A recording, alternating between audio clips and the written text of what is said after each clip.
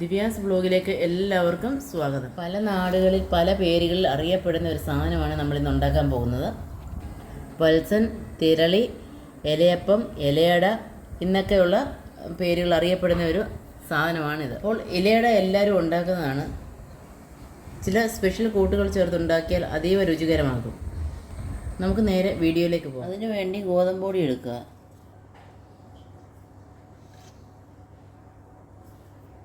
റവ ചേർക്കാം. അല്പം അരിപ്പൊടി കൂടി ചേർക്കാം. അല്പം ശർക്കര ചേർക്കാം. അല്പം ഉപ്പ് കൂടി ചേർക്കാം. അല്പം എള്ളി ചേർക്കാം. അല്പം നെയ്യ് ചേർക്കാം.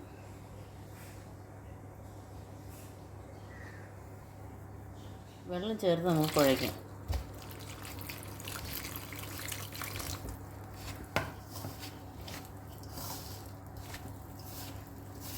നമ്മൾ ഈ 3 പൊടിയോട് ചേർത്തേക്കുന്നത് അരിപ്പൊടിക്ക് ഒരു മയവും, പിന്നെ റവ ചേർക്കുമ്പോൾ അതിൻ്റെ ഒരു ക്രിസ്പിയും, പിന്നെ ഗോതമ്പിൻ്റേതായ ഒരു രുചിയും നമുക്ക് ഇതിനകത്ത് കിട്ടും. അതിനാണ് 3 കൂടെ ചേർത്തേക്കുന്നത്.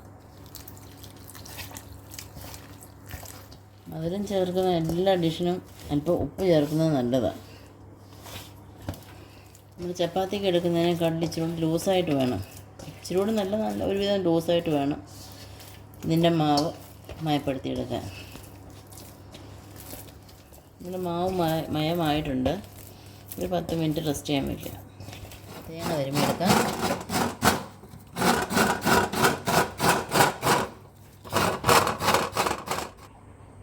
ഇത് തേങ്ങയും പഞ്ചസാരയും കൂടെ ചേർക്കാനുള്ളത് റെഡിയാക്കാം. തേങ്ങയുടെ കൂടെ അല്പം അവലൂടെ നമുക്ക് ചേർക്കാം. അവല് ചേർക്കുമ്പോൾ നമുക്ക് തേങ്ങ ഒത്തിരി വേണ്ട.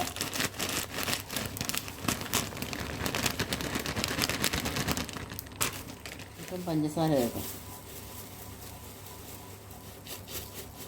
ഇവിടെ നമുക്ക് അല്പം ഉപ്പ് ചേർക്കാം.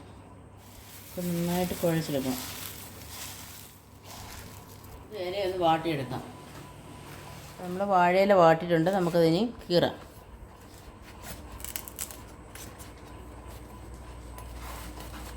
അപ്പോൾ അട ഉണ്ടാക്കാം.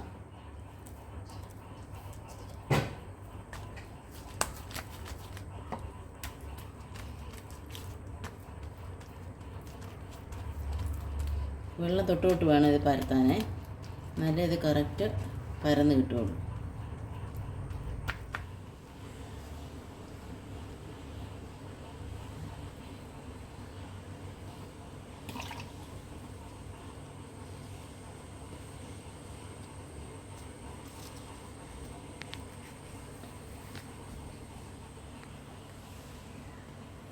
ഇഡ്ഡലിക്കുട്ടം അടുപ്പത്തേക്ക് വയ്ക്കാം. ഇതിൻ്റെ തട്ട് കമത്തി വേണം വയ്ക്കാൻ. ഓരോന്നായിട്ട് ആവി കയറ്റാനായിട്ട് വയ്ക്കാം. വെള്ളം ചൂടായിട്ടുണ്ട്. ഓരോന്നായിട്ട് നമുക്ക് വയ്ക്കാം. എല്ലായിടത്തും നമുക്ക് ആവി കയറണം.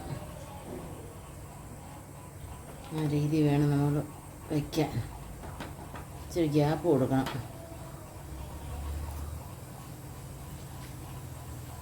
നമ്മളിത് ക്രോസിങ് ആയിട്ടുമൊക്കെ വെച്ചെങ്കിൽ നമുക്ക് ഇന്നത്തെ ആവി കയറി ഇതെല്ലാം വെന്ത് കിട്ടുള്ളൂ. നമുക്കൊരു അരമണിക്കൂർ ആവി കയറാനായിട്ട് വയ്ക്കാം.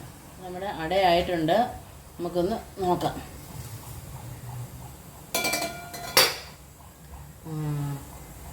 അട റെഡി ആയിട്ടുണ്ട്. നമുക്കതൊരു പ്ലേറ്റിലൂടെ എടുക്കാം.